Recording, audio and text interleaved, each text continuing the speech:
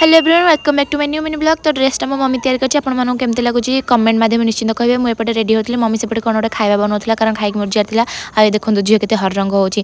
तापर मु देखिली किछ समय भाई एपटू सेपटू सब बुली देखिली कोन ड्रेसटा भल लागुछि ना भल लागुनी। तापर गली मम्मी को सांगरे डाकी धरि कहले मु कहली मम्मी आ तू देख मोर भल लागुछि कि भल लागुनी।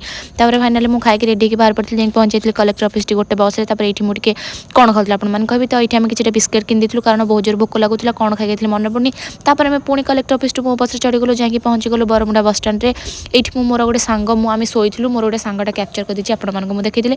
तो आपण माने भाबुथिबे एठु सेठु एठी जाउची कुआडे आगु को देखु आपड़ भी प्रीवियस ब्लॉगटा देखिए जोटा गोटे लॉन्ग फॉर्मेट वाला ब्लॉग थिला आमर बैच फिस्ट। तो ये बैच फिस्ट गोटे मिनी ब्लॉगटा जो मैंने फुल ब्लॉग देखी ना ये लिंक अच्छे जाकि जल्दी जल्दी चेकआउट करूँ। तो आम जाकि पहुँची आम जगार जोटा कि शिखर चंडी थी बट से भोजी है जेहेतु से यज्ञ चली। तो जो किट पाखे जगन्नाथ मंदिर अच्छे आम से भोजी है।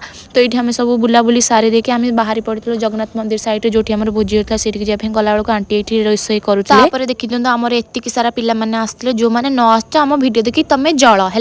ये स्टार्टर खाई देथिलु। तापर हमर ये आइतला फाइनाली मेन कोर्स सब जाक। तो तापर ये हम टिके डांस करदेलु। भोजी कोच माने डांस तो कंपलसरी हबा ही दरकार। आम भोजी रे कोन कोन हितला आपण माने देखंतु थुथु नजर पकेबेनी नजर पकांतु हमर तो सरी गलानी।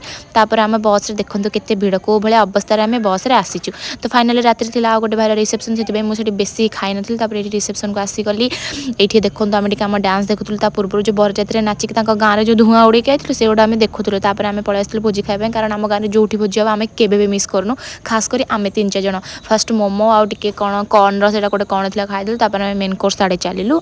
तो खाइबाटा बहुत टेस्टी था। फास्ट टाइम आम गाँव में कौटी किए गोटे भोजी को जो कि मोमो होता मुझे तो शुणिक रही पारे सांगे सांगे पलैली खाइबाई। आम गाँव में भोजी हम मैंने आम गाँव लोक जी नुह अलग गाँव लोक से। आम ये खाई गुपचुप गुपचुप मात्र मुझे गोटे खाली मतलब भल लगी ना। मोर मन पड़ा जे बाहर सर्टा नहीं तो आज रोज देखा नेक्स्ट ब्लॉग रे।